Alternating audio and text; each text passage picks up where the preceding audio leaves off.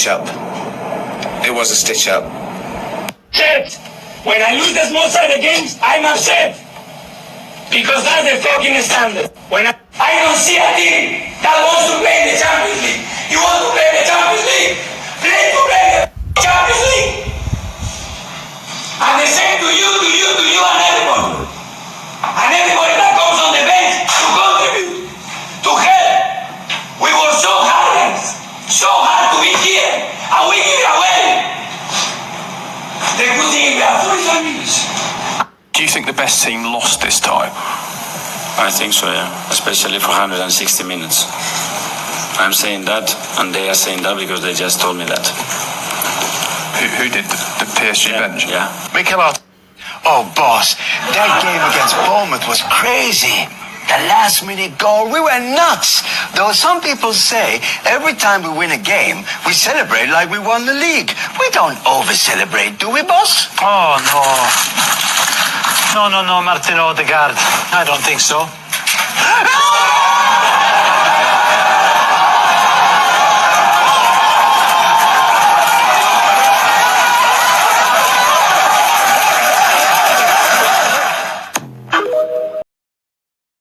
Welcome back, familiar to Northside LDN, and today we've got two amazing guests for the Man City Arsenal preview. Shane, how you doing, bro?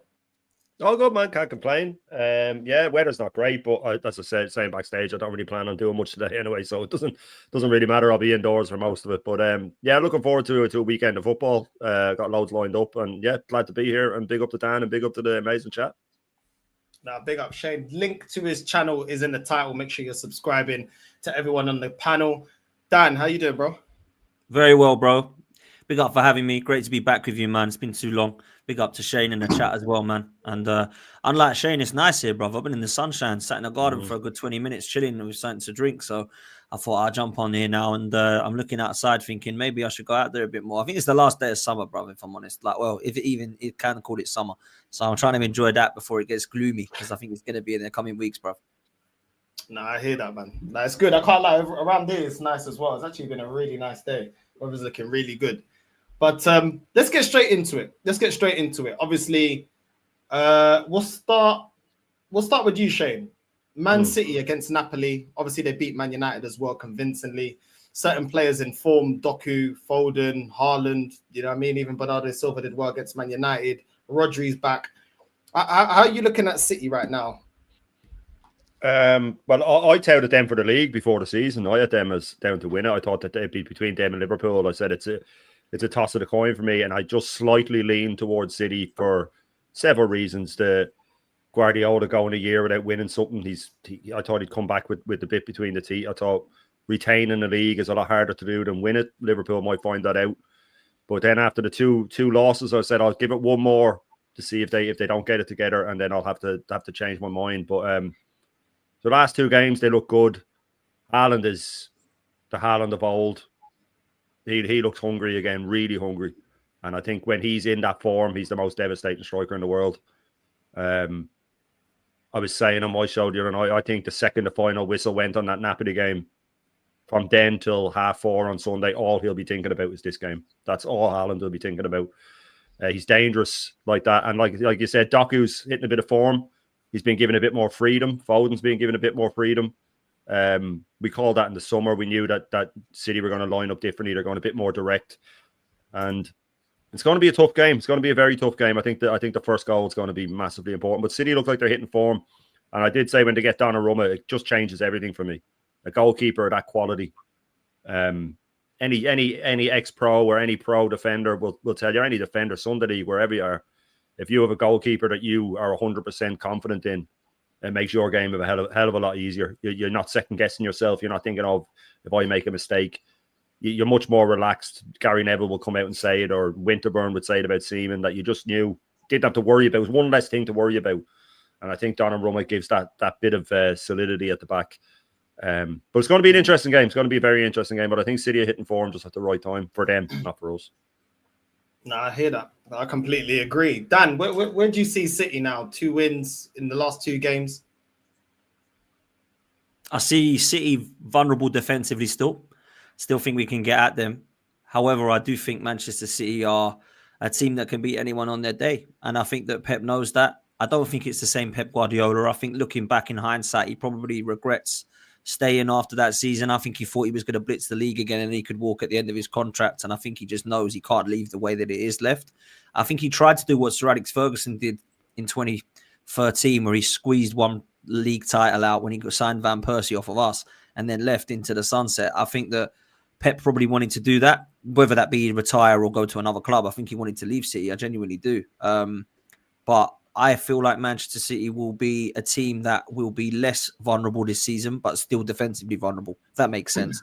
I think Haaland is always going to score goals. I mean, even last season, people said he was crap. I think he still got top goal scorer or one of. And I think people that say that we keep him quiet, I think he scored 5 goals in 6 against Arsenal. So it's not too quiet. We need to keep him quieter. So I think when you look at what we've got and we're coming up against, I'm quietly confident because of them, not because of us. But this is all about the manager for me. But Manchester City, I feel this season will be in a title race. But I think that we could potentially make that a lot more difficult for them if we beat them, because there'll be 9 points off Liverpool already in 5 games. And some would then say that would be done already. So I expected to see them in a title race. If they lose at the weekend, I don't think they will be. So I think it's a massive game, bruv, if I'm honest with you. But I think City's midfielders surprised me because I actually thought it would look a lot more balanced than it has been. I think Foden will come back into the mix. He's too good a player not to be. Ryan Cherky being out is a big blow, but I think Reinders and Rodri will get it right. And I didn't think they were great against Manchester United, but they didn't have to be. They'll be good against us. I think the balance of that midfield, when it's all fit, and Rodri, Reinders and Foden will do a lot of damage.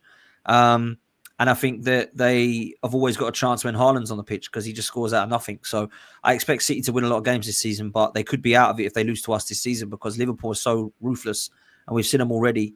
If they go 9 points behind them already, I don't have City winning the league if that happens. No, I hear that. I think Doku as well, last 2 games, his end product's been a lot better. He's running a lot more direct.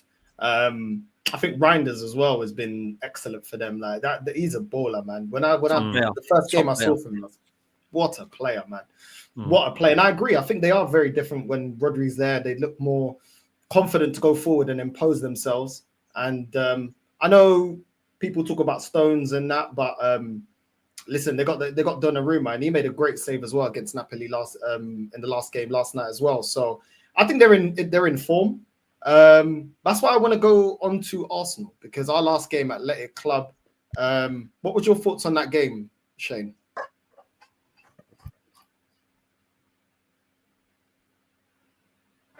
Yeah, no, I was quite disappointed with the lineup. I predicted it man for man. I think we all could have really picked it and maybe been one off. That's it. I knew he'd go with the 3 fridges in midfield again, which isn't. It's not good enough for me. When I saw him in that press conference taking credit for Marino scoring a hat-trick for Spain, I thought, this is ridiculous. You know, I mean, this is beyond the joke. There's being shameless, and then there's that. There's being shameless and then taking credit. And a lot of these guys are out there using that to defend them, and you go, you're actually mudding them because he can't get this out of him. And there's a big difference between Marino for Spain and Marino for playing in the 10. And for Spain, he's allowed crash the box at the last minute, or he's allowed to hit the ball from 25 yards. He's not allowed to do that for us. So unless Odegaard is fit, I'm pretty sure he'll go with the same 3 again. But the Bilbao game, you know, people will say masterstroke with the substitutions. To me, bringing on Martinelli and a false 9 is set them for the draw, and then maybe hit them on the counter. So in a way, it worked. But when you go with that lineup, I mean, Lee would tell you about Bilbao. If you get at them, they don't like it, and we sat back and let them come on to us, which is a big failing of ours.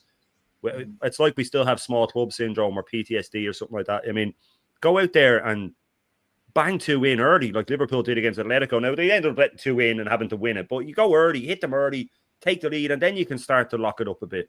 But when we're going in there with, you know, as View says, the 3 fridges, it's just not good enough for me. And Bilbao, if they were had a bit more about them, maybe they would have scored. Gyökeres looks starved again. I'm only thinking of, for clear-cut chances for that guy, the goal against Forest and the chance he had against Leeds when the ball broke to him. The other goal he scored against Leeds, he kind of made it himself, was just over the top and he cut inside, which is where he needs the ball, by the way. But clear-cut chances, they're the only two I can think of. And that's not good enough. It's not good enough. When Gyökeres went off against, when Gyökeres at half-time against Liverpool, he had only 2 more touches than Saliba, who had gone off after 3 minutes. And it's not good enough because he needs to be fed. And I saw the same thing against Bilbao that I saw in all the other games. And if you look at going with the 3 of them in midfield, like we did against Bilbao with that lineup, he's tried it twice and we lost once. So if he does that at home to City, it's just such a bad message to send out. It's such a bad message to send out. Even if we scrape a 1-0 win, it's a bad message to send out. But listen, Bilbao, we got the win. Champions League, away from home. You can't really argue. I just want to look a little bit deeper and just sort of, I just don't think it's sustainable to do a whole season playing that way. I think that you will get found out. There will be games that you draw instead of win, and there'll be the odd game that you lose instead of draw. And that's what let me down. The win, fine, great, but the approach for me is all wrong. It's all wrong. I hear that. Dan, what'd you make of the Bilbao game? I think there were 2 crazy games, the Forest and Bilbao one, because it's like looking at 2 different football teams, bruv. And I don't mind that if you've got a different way of playing. I don't mind setting up a little bit more resolute against sides that make it difficult to beat. And I think that's what Arsenal are going to do at some games. But I'd expect him to do that against teams that were bigger and be scared of teams that were less of a threat than Bilbao. I've got to be honest. I didn't look at Athletic Bilbao once and think, well, I don't know how we're beating these. Like, they're going to pepper our goal. We've got to set up really deep and low block them. I don't get that personally. The thing I can't get my head around, North, here, is he spent an unbelievable amount of money on this defense, and it's stacked, bruv. No one can tell me this defense isn't the best in Europe right now because it's stacked. You know, it'd have to be to spend that much money on it. But the manager don't trust it, bruv, because he doesn't go forward enough. So it's fine playing that back 4 and saying, let's go and have a go because I trust my defense. On top of that, he's put Rice and Zubamendi into that team as well. So you've got 6 players that ain't got any ounce of attack in them whatsoever. Other than Rice, maybe if he drives a bit forward. Zubamendi, people always say, scored. But Rice and Zubamendi aren't recognised as being creative attacking midfielders, right? And you've got your back line, which is solid and resolute. Raya in goal. You'd like to think that the other 4 players he's going to pick are going to be probably the kind of most creative and flair, express themselves players that you'll know because the trust is there. He doesn't do that. Now, I've got no problem with going to Forest and going all out attack because I think that we should, especially against the Ange team. But don't shit yourself when you come up against Bilbao and then go back to being right. We better put Marino in midfield here. We better keep the ball a bit more, pass it back, possession based. And people might listen and go, "What are you moaning about? We won the game." The reason I'm not moaning really is because I expected it to be like that. I actually went for a real resolute, keep it tight, 1-0 win to the Arsenal. Turned out it was 2-0. I didn't think we'd have to bring Martinelli and Trossard on to win us the game. However, it went like that. And that's, again, a positive for squad depth, right? But I just find it frustrating. The 3 best players really on the pitch, for as far as Arsenal are concerned, were Timber, Mosquera, and maybe Madueke. I don't think Madueke did much, but in terms of the threatening attack, he was probably the one that looks like it was going to happen for him. I think he put a brilliant piece of skill where he beat his man and put the ball into the box for Eza. I think Eza needed to be quicker with that to shoot, but obviously in the Champions League, you'll learn from that you can't sit and have the time that you do in the Prem sometimes. But I think Madueke as well, you know, I said on most of my content that in fact there's a section of the fan base that need to apologise to him. And I think people get confused by what I mean by that. I don't mean apologise, this guy's better than Saka, everyone's got it wrong. I only mean the section of the fan base that were giving him abuse and hate threats and spraying murals would get out my club and all this kind of stuff that he was getting abused with. By all means, say that they're trying to sign him was strange because I held my hands up. I said, I don't get this signing at all. Makes no sense to me. It makes a little bit more sense now that Eze and Gyökeres have come in on top of Madueke, right? But still, I wasn't sure. He's come in and he's done well. Now, what we have to be careful of is by saying that he's done well, but he hasn't actually scored or assisted yet for us. So he was probably better than Eze against Forest and against Bilbao, but he's got no goals or assists. Eze had 1 good game and 1 fairly average game, and he's got an assist. So you look at it both ways and think, I know it's not all about goals and assists, but people keep telling me it is. So maybe it isn't. Which one is it? Yeah. And I think the last thing I'll say about Athletic Bilbao game that really frustrated me, I suppose, was I saw an individual bit of Eze coming into the middle and drifting, which is his natural position. And Arteta slamming him and telling him to get across on the left. And it makes me wonder, did Arteta want this lad? because he's come out at the Liverpool game and said that the reason we didn't win the game is because Eze took too long to shoot. And then he's slamming him on the pitch, micromanaging him, telling him to go wide. Well, the guy's not an out-and-out left winger. He's not one that hugs the touchline. I mean, I don't know what Arteta's been watching, but he doesn't beat his man on the outside. He cuts inside, then he links up play, or he plays more centrally. So they were the kind of things that frustrated me in terms of the manager and the way that we set up in that game. But he done the job, 2-0. And against Forest, I actually praised the manager. So, again, I'm just about saying, well done, Arteta. And then again, I'm going, oh, what are you doing? Like, I thought we were going to go and take the shackles off. And now, again, we're getting worried. And I just wish he could grow a set of cojones sometimes and go for it. So, like, brush off the cobwebs of the PTSD and the fear that he had against City that season. Brush off the fact that we go all out 8 points clear and then we blow it because we were too attack-minded and open and gung-ho.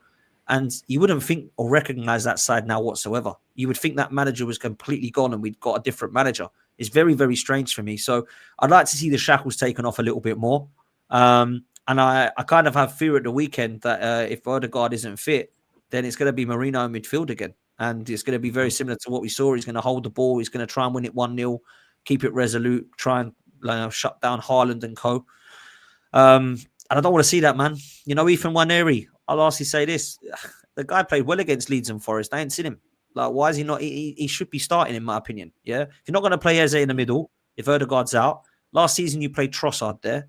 You come out and said, got it wrong, should have played Ethan. Same thing happens. Odegaard gets injured. Now he's playing Marino there instead of Ethan. I'm just lost with him, man. I don't think he's learning sometimes. I really don't. So I worry for the manager most this season. I don't worry for the squad, North. I don't worry for, the fact that the fans are now becoming on side to say this probably this last year if he doesn't win something, although that will probably change, knowing some fans. However, when you look at the situation right now, I don't think there's anybody that can say he doesn't deserve more, he deserves more time if he doesn't win anything this season. But the one thing I'll say is, and I've gone on so many shows and they'll say, oh, you're sounding quite positive, Dan. You like the squad, you like the signage, you think the summer's been good. Yep, correct, all good. Yep, I actually rate the squad highly. I think it's good. Yep, cool. Well, what's the problem then? The manager. Because the manager had nothing to do with any of that. That's the only person I've got question marks with now. Even the Cronkies have shown a little bit more ruthlessness in the last 24 hours of the Tim Lewis stuff. They come out and apparently have said, we've brought Mikel Arteta in. We've said, look, we've done everything you need. We now need trophies, Mikel. If that's true, I don't know if it is. If that's true, I like that. But Mikel Arteta is the only reason that I have any smidgen of doubt that we won't win something this year, because I don't think he's going to take the domestic cup seriously. If he does, I think we can win one. If he doesn't take the shackles off, I think we're going to die in a few Premier League games against low blocks again. And the Champions League is a roll of the dice every year for every team. So it's got to be this year, North. It has to be. No, I hear that. I look at it. I look on it as people can look at the Bilbao game and say, "Oh, 2 subs came off the bench and they impacted the game," which they did. And I think Martinelli deserves a lot of praise. And even if it's not a player that I like, if you perform, I'll give you praise based on that game. Because you performed at the end of the day. And Trossard as well. The problem I have with that is, once again, this manager is reactive instead of proactive. Why is it that we're still playing players out of position? Why is it that we still can't get the lineup correct? Why is it that we're playing players out of form? Why is it that certain players play well, don't get selected? Other players, it's almost like it's favoritism.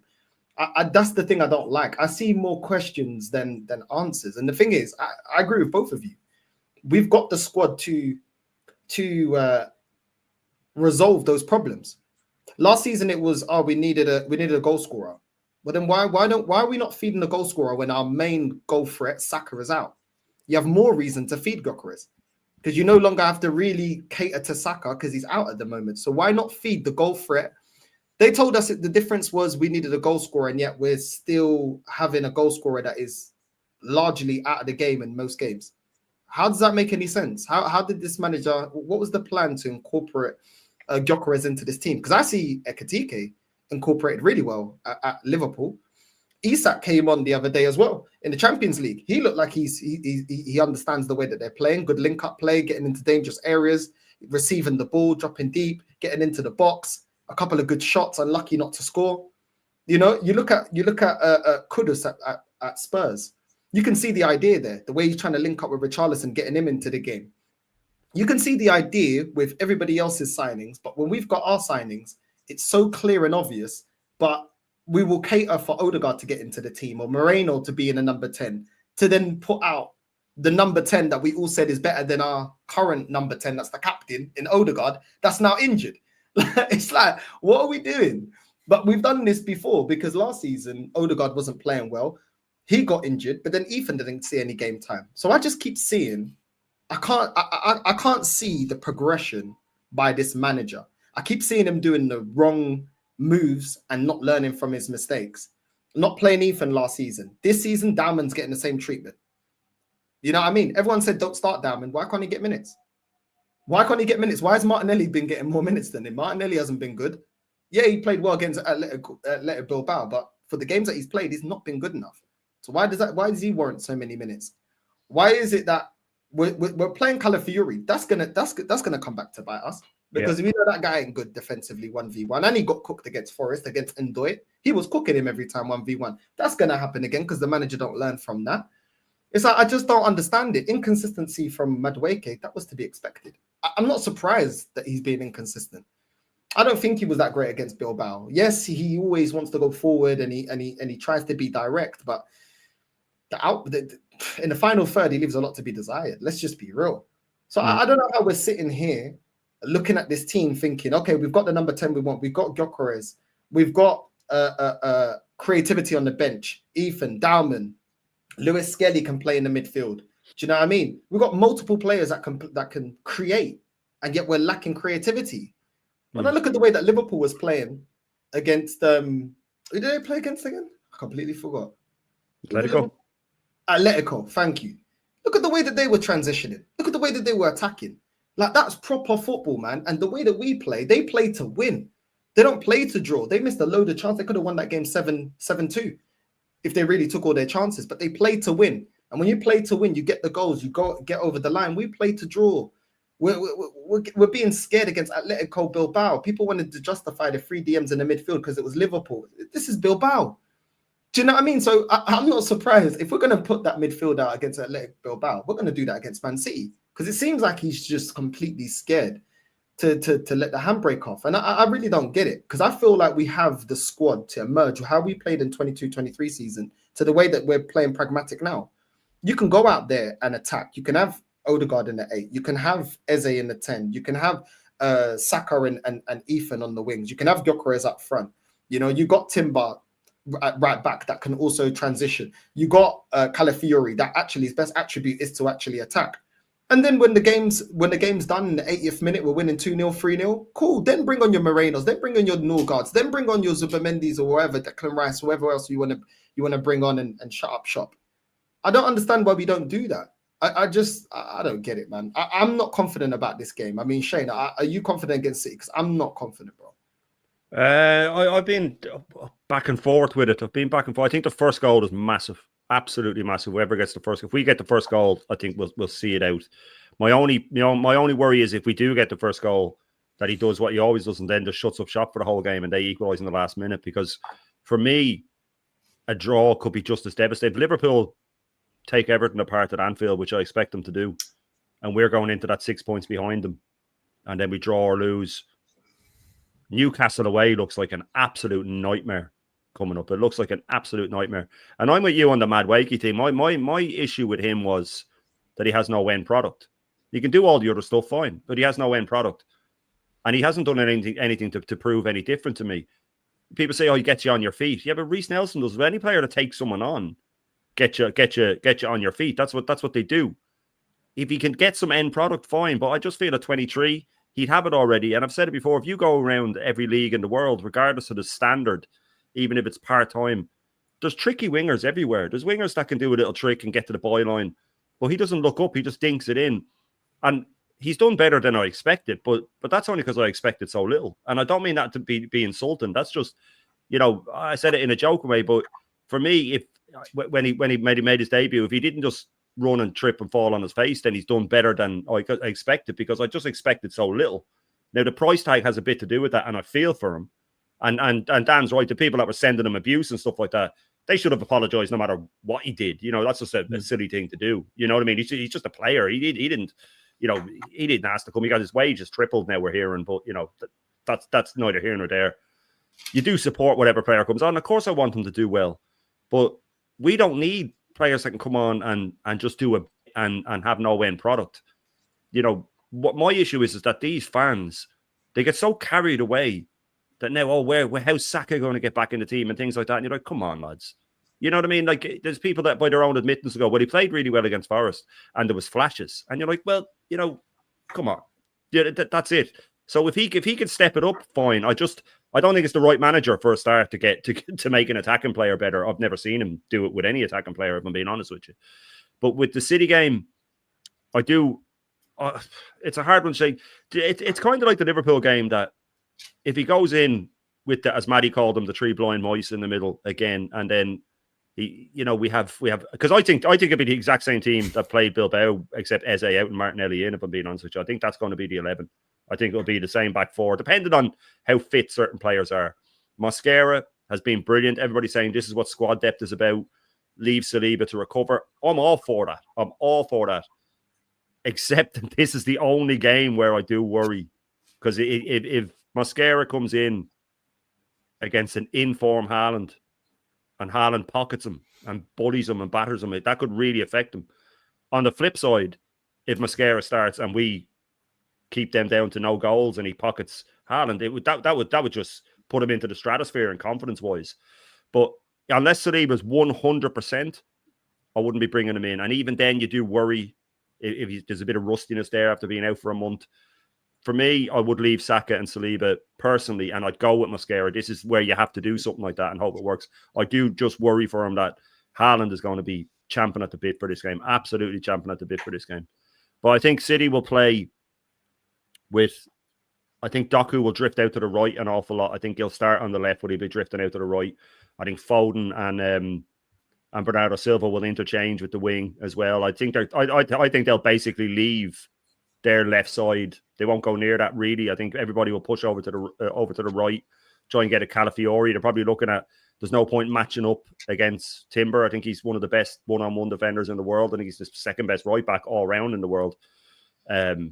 So they might try and stay away from him. But the first goal is huge. If they score early and we have to try and come out and score two and then get hit in the counter-attack, we could be in trouble. But if we score early, again, if he doesn't sit back, we could go finish them off.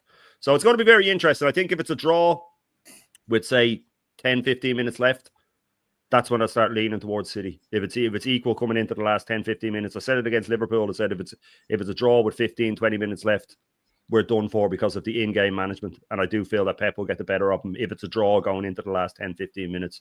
So I think we need to have them out of sight. And when I say out of sight, I mean 2 goals will have them out of sight with the way we can defend. If we're 2-0 up with 10, 15 minutes left, we've got it. 1-0, I'd worry. But it's going to be very interesting. It's going to be very interesting to see the lineup, to see Pep's lineup as well. And to see if we've made that leap, because it's all well and good smashing City 5-1 when the two of us are out of the title race. It's a hell of a lot of difference if we're 6 points behind Liverpool already and you're coming up against a City team that want revenge for what happened last time. So going to be very, very interesting. No, I hear that, man. Before I get Dan's take, my thing is this: the conundrum's this. When I'm looking at the tactics, I'm not seeing an evolution in the way that we're playing tactically in our gameplay. And the thing is, if we go to City, which I expect this manager to nullify their attack like we nullified Liverpool's, if we leave there with a draw, well, the draws is why we didn't win the league last season. So what is the answer? Because I'm looking at it thinking, okay, well, you're going to play for a draw against City. If you take the draw, cool. A lot of the fans would be, oh, we'll take a draw. We had 14 draws last season. We didn't win the league. Then you look at teams like PSG that you can face in the Champions League or teams like Barcelona. Okay, so what we're going to do? Play for a draw. Well, guess what? We're getting kicked out. So then what we're going to do in the Cups? Oh, we're going to play for a draw as well. We're going to sit back. You can't have that approach in knockout football. And you can't have that approach in the league. That's a big reason why Jose Mourinho no longer could do it in the Prem, because he would do that, we'll take a draw away from home, but at home we're going to win. Now, then you've seen Pep come to the league, win after win after win after win. Klopp, win after win after win. Slot, even when they're not playing well, win after win after win. You have to have a string of wins now. You can't be having draws are like losses now. Too many draws, you might as well have lost some and then won some because you're dropping way too many points now. So I'm looking at the team. People may say, okay, well, what about Martinelli and Trossard? Well, we had Trossard on the bench last season.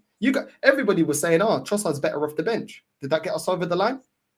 We have Martinelli, but when does he play Martinelli as a striker to even get the best out of him?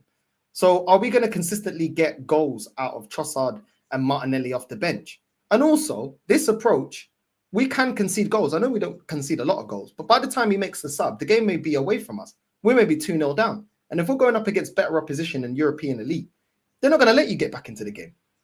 Do you know what I mean? Those teams ain't going to let you get back into the game. They know how to play the dark arts. They know how to slow the game back down. They know how to draw fouls. They know how to play the dark arts. So are you going to be able to get back into the game?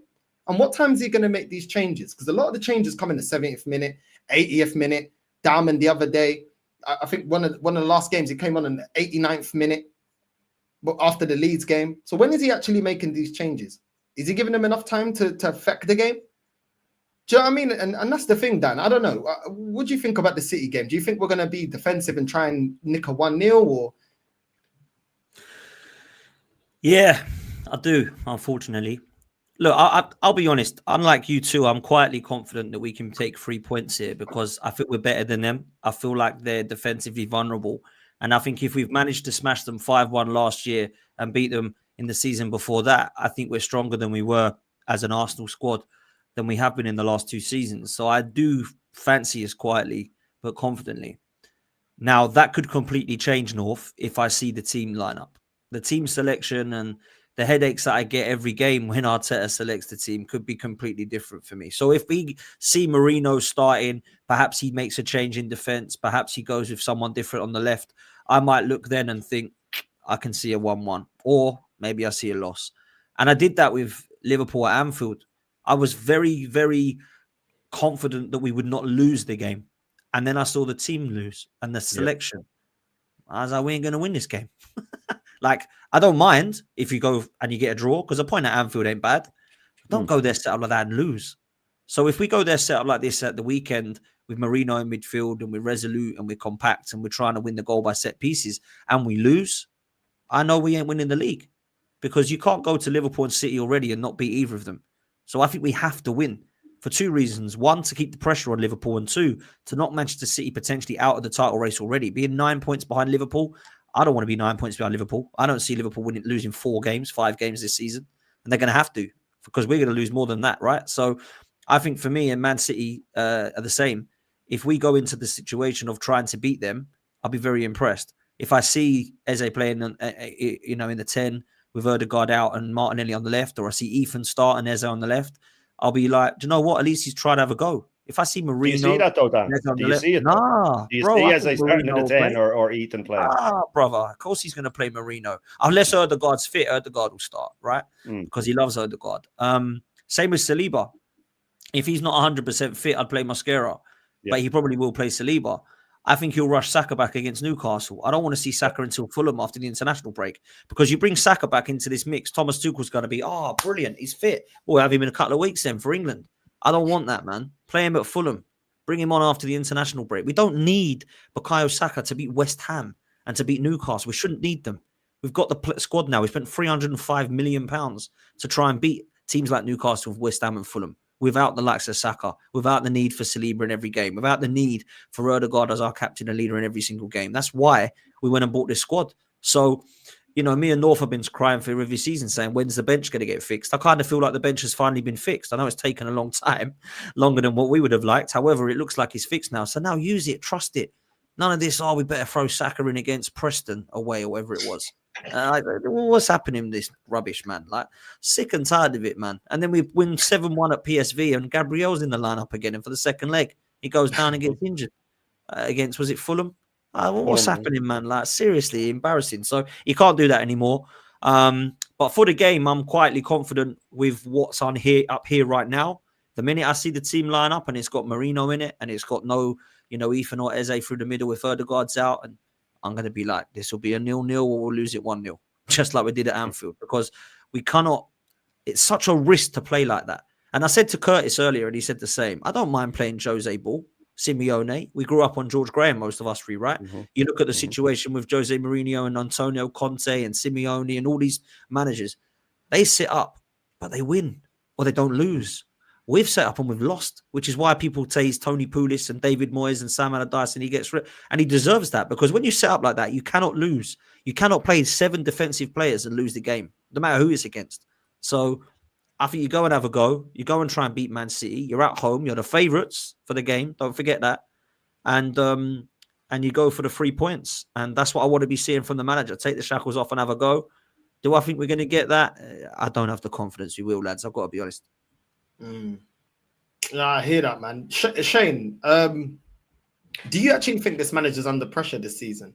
And I'm asking you that because we've kept seeing this the last 3 seasons. He must win. He must win. He must win. Like Dan touched on, we heard that they had a meeting with Josh Kroenke and how the club are saying that, you know, he has to deliver now, and they've got Berta in, and you know, they're obviously making changes with in the boardroom level. Do you actually think he's under pressure, or do you think they'd give him another season if he just comfortably gets top 4? He has to be under pressure, doesn't he? He has to be at this point. I mean, Tim Lewis is gone again now today. To me, it feels like they're trimming away his support system. So it's all on him. I think even with the Gabriel Heinze hire, I don't think that would be someone that Arteta would be too keen to have around. He's older than him. He won't be pushed around. He won't be manipulated. He'll have his own voice. We've seen a lot of board members getting trimmed away. Josh has been at, I think, every game so far. And now he's taken more of an interest. Now he's got Berta to sort of, I don't want to say translate for him, but definitely translate into Sacker terms if you want to do that, you know, where he can say, well, why is he playing him there? And Berta can explain that he shouldn't be. Or why is Eze doing this? And Berta can explain why he shouldn't be. So I think there's definitely pressure on him. I wasn't too sure. And then I think it was DJB broke it down for me on one stream and I felt a bit better. He said, like, if they just wanted top 4, they wouldn't have spent this much. They could have spent half that and said, get us top 4. You know, you got second 3 times running. We'll spend half this. You can get top 4. You don't give them all of this rope. As soon as Havertz gets injured, we'll go buy you Eze if you're going for top 4. That's what I feel that he's definitely under pressure because they want trophies now because I don't think the crowd will turn. I think that there's too much of a majority that have gone over to the dark side. And I say that with as much chest as you. It is about the manager at certain points.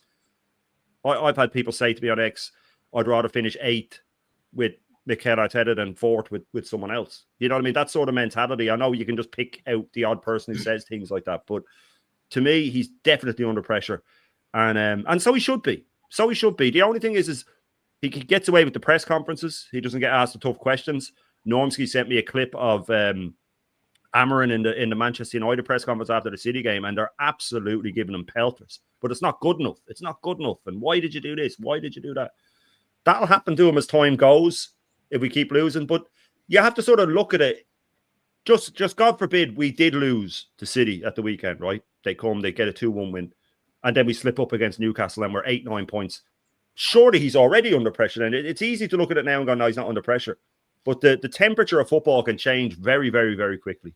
You can have someone that's flavoured a month and you think this guy's never starts to go a bit south and suddenly, you know, it's pandemonium. You look at Inzaghi at Inter Milan. Who's going to get him? He's the most sought after manager in the world. He slips up in the league, in the Champions League, and then he's off to Saudi. You know what I mean? So it can sort of go south very, very quickly. So I think he's massively under pressure. Again, you know, you don't get an injury to Havertz and then suddenly pull the trigger on Eze. And that's where we do know as well that if Berta's signing players that this guy isn't too keen on, he didn't want Eze. And I was listening to Dan earlier and he was spot on. He wanted Nico Williams and he wanted Sesko. He didn't want Eze and he didn't want Gyökeres. They're the players he wanted. And he's got these players now. As soon as Havertz got injured, Berta said, do you know what? I don't want any excuses this season. Here's a player. But he's not the one. I don't care. Here's your player. You figure it out. You earn your 15.6 million a year. And there's people out there that are putting up for him, you know, and saying, oh, but he's been put in this situation. Come on, man. If you don't play Eze in the right position, there's something wrong with you. Really, like that. It's stubbornness now at this point. If you just I put a little heat map there. I don't normally do this stuff, North.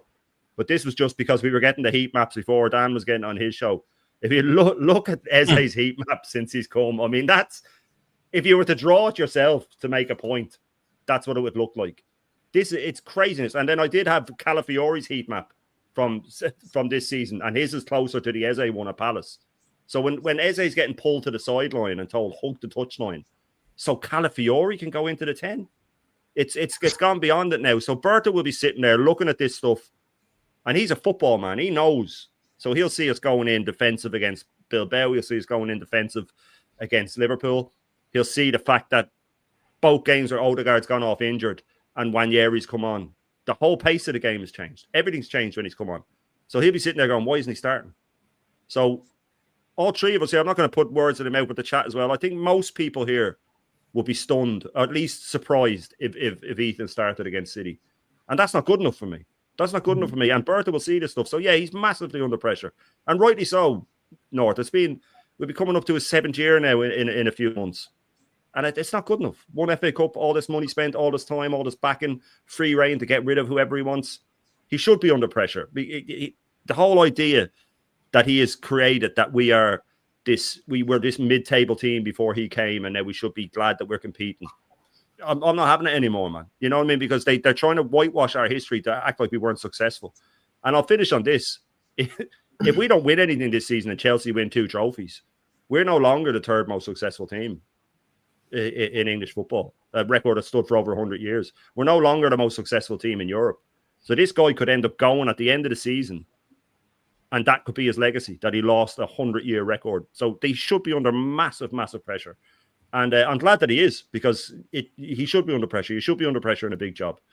That's the way it is. So, yeah, good luck to him. No, I hear that. City are only 3 Prems behind us. Imagine. Yeah. When I grew up, these man Division 2, I didn't even see their fans. I didn't see them. I didn't see them. My whole school, I never saw a City fan. No offense to City, it's just the truth. Like in the 90s, I didn't see you guys down in London. Do you know what I mean? And now look, you guys have done a treble, 3 Premier Leagues away from Arsenal. This is how quickly things change when Arsenal fans are saying give it time. I mean, Dan, we're seeing Tim Lewis obviously changes at board level. For me, I've seen this before. Gazidis, Vinay, all these guys have come and gone, and the club still ain't got over the line. What do you make of this news, bro? Because for me, I don't feel like it's really going to change anything. And ultimately, if we win the league or we win the Champions League, which is the only 2 acceptable things where I'll give Arteta 2 extra years, I'll say, do you know what? I hold my hands up. You took longer than what I expected, but you know what? You get 2 years. Fair enough. You know what I mean? You did what I thought you couldn't do. I'm not really convinced, bro, because we've seen this changes. Like, we've seen Edu. Yeah, we got Berta in, but Berta resolves a problem, but it's a problem within multiple problems. The standards by the ownership, the manager, making a manager accountable, pushing this club and not giving any excuses to achieve. So we've done certain things we've done well in terms of them recruiting Berta. And Tim Lewis, I don't know what he does. I don't know if you got any more insight on Tim Lewis. I don't know if he was involved in getting Berta, but if he was involved in getting Arteta, if he was involved in getting Nketiah 100k a week, or Reece Nelson 100k a week, or going and spending 60 plus M's on Kai Havertz and giving Arteta a new contract last season, a new contract extension. Those are the things I'm looking at him thinking, if you're not part of the solution, you're part of the problem to me. What do you think about the boardroom changes? So I think when I heard Tim Lewis was gone, I was more than happy. I've not got any insight into what happens within. I never knew what Vinay Venkatesham did. I wasn't too sure what Hosfami and Raul Salehi did. I wasn't too amazed by any of their jobs, but I didn't really know what even Gazidis did. Likewise, I wasn't sure on Edu at all. And when he got upgraded by Andrea Berta, I thought it was fantastic. Huge upgrade. And we've seen already why that was a good move. I don't think we're going to see the same with this one. I'm glad Tim Lewis is gone because I don't like some of the stuff I hear about it. The fact that he's just basically an asset stripper, a right-hand man to the Cronkies, does what they say. He's got law behind him, not football. I don't see him as a footballing man. I see him as a finance man. There's a lot of talk about how he might have been quite influential to the Ezra signing because he's friends with Steve Parish. But then again, he's kind of the reason we didn't sign anyone in January because he felt the finances was just not good enough in our way and felt that Watkins was too much and only offer 40, don't offer more. So you hear good and bad things from Tim Lewis. So I'm quite happy that he's gone. My problem with this one is I don't really care who's coming in because I don't know who they are. I mean, they've basically got a 30-year season ticket holder on the board now. Which is great because he's a fan and he loves the club. But at the end of the day, I know Chris Hudson pretty well. Should I see if he fancies a job on the board? Like, what's happening here? We need people that have a love for the club. I get that, but I don't know if they've got any massive influential sort of power when it comes to that respect. I don't know who the other 2 people are, if I'm honest, that have been employed. But obviously, Josh Kroenke has been given the power by his dad. Silent Stan is silent as ever over in America, clapping it up, cracking on. And you've got Josh, who's basically been told that the experiment is Arsenal of his. Well, I've got to say, I need to see something from Josh Kroenke this year that shows ruthlessness. And I've been kind to Mikel Arteta this year. A lot of people think that I'm very out of order to him and pessimistic and toxic and negative. But I've told him if he wins a trophy, I'm happy to keep him as long as he's competing in the league to the end. If we win the FA Cup and we miss out by a point, I'm happy to keep him because he's proved he can win something. So I'm actually throwing him more of a lifeline than some. Other people are saying that's not enough, Dan. He needs to go and win a Premier League or a Champs. Calm. That's your opinion. No problem. I'd have no issue with people saying he needs to go because it ain't enough. My opinion is just try and win me something, bro. I'm starving over here. Like, there's literally no trophies that have come. The last time I could celebrate, me and Guns were talking about it, was 2017, bruv, against Chelsea, because I couldn't celebrate the one in 2020 because we were all stuck in our houses, right? So I think when you look at what we have in the last 6-7 years, as Shane's just said it will be in Christmas, which is scary, by the way. That's absolutely scary how quickly that's gone. I don't think this guy's got any more time. I really don't. I think he's got to deliver or it's gone. And, you know, people will say, but you just want him to be an Ange or a Howe or a Glasner or a Ten Hag. Not at all. They need to compete for the league, not come fifth and win the Carabao Cup. That's not a good season. Yeah. So if we win the FA Cup or the Carabao Cup and we finish 9 points off Liverpool, I want him gone. But if we take Liverpool to the wire and I can say, do you know what? That's a good side. We've kept them neck and neck. We've lost by a point. Frustrated. We haven't got over the line again, but at least we got the domestic cup to celebrate now in May. If he doesn't do that, I'm sorry, man. He definitely has to go. And some would say he has to go even if he does a cup double. Do you know what I'm saying? A League Cup and an FA Cup, he's got to go because neither of them are majors. We haven't waited 7 years for this. So I get it. I hear it. Maybe, you know, I look at those two trophies differently to some of the others because I remember celebrating it in 93 when I was a 7-year-old. And I remember looking at the FA Cups over the years, and some of my best memories have been that trophy. So I think maybe I hold them in higher regard than some others. Some people look at it as a dusty trophy that I want to go anywhere near.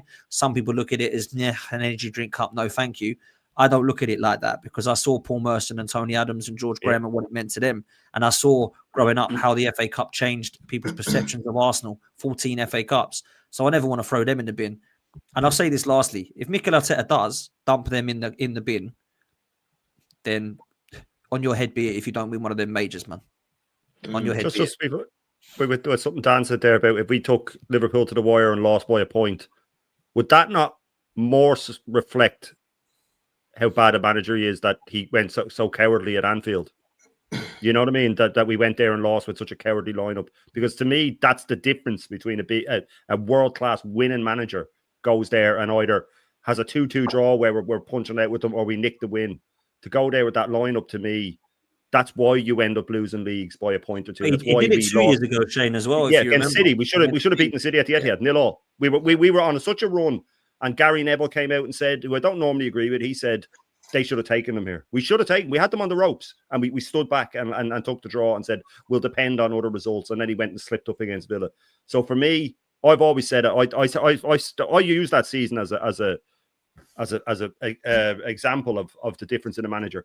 If you go into that season, right, and coming into that game, if you switch the managers and we have Pep and they have Arteta and he's away from home and it's 0-0 and he can go for the win, they get the win and go on to win the league. So so my thing about, I understand where you're coming from, win a cup and go neck and neck with Liverpool, but we've done that before. And after a while, it's not about luck anymore. It's about patterns for me, that it's a pattern now that you cannot get over the line. And the league is the hardest thing to win. I include the Champions League in that as well. Champions League, like Nor said, you can have one-off games, you can have a moment, you can have this and you can have that. The league, I think, is where you really show your chops because it's the silly games at home to Fulham and stuff like that when you slip up. So for me, I'd almost be more frustrated if we finish neck and neck with them and we go, well, you lost it at Anfield. You lost it that early in the season because you went there and you went with 3 fridges and 4 centre-backs. And for me, that would sort of be more of a reflection on why it would be a good idea to get in a Luis Enrique or Zidane or someone of that ilk that knows how to get over the line. And Shane, I can't argue with that, bro. And this is what I mean when I say that, oh, really, Dan, say you're wrong. That's cool. I'm not going to fight back and say, no, we've got to keep him if he wins the cup. Come on. I would personally because I love trophies. But those that say no, then that's fine. I'm not going to say you're wrong for thinking he should go. I've wanted him gone since 2020. So, you know. No, I hear that, man. I hear that. I think, do you know what it is? I don't know if either of you saw the interview that Arteta did 3 days ago now. He did an interview and there was just no tactical insight from him. Like I literally did a show for it. It was 24 minutes For 17 minutes, the guy's talking about how San Sebastian and how he had an injury on his neck, on his knee, and how he went to Barcelona. He looked around, he saw Xavi and Iniesta, and said, "Am I good enough?" And he said how he had insecurities as a player. And I'm like, bro, like, is You this should have. something that You weren't good enough. You should have had insecurities, mate. Well, we already know the story. They interview Sky Sports and all of these lot. They interview him every year. Every year we hear about his They love it. childhood, his kids. And listen, I don't talk about people's families. I don't talk about their loved ones and stuff. They got nothing to do with their professionalism, whether they're good at their profession or not.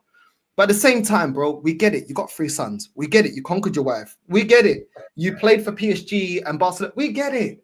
Yeah. Do you know what I'm saying? Like, they even said, I spoke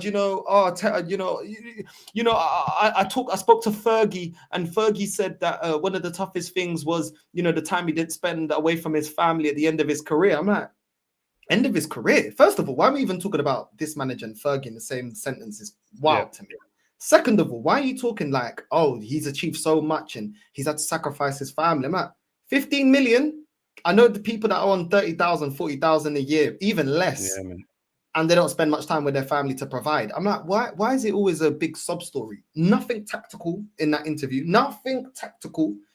He spoke about how we need the feeling and being around the right players. Mikel doesn't help himself. For the people that like Mikel, what he doesn't help himself is he doesn't want to talk about winning trophies. He doesn't want to talk about tactics or explain to us why he plays Eze on the left, or explain to us why you want to play Moreno in the 10.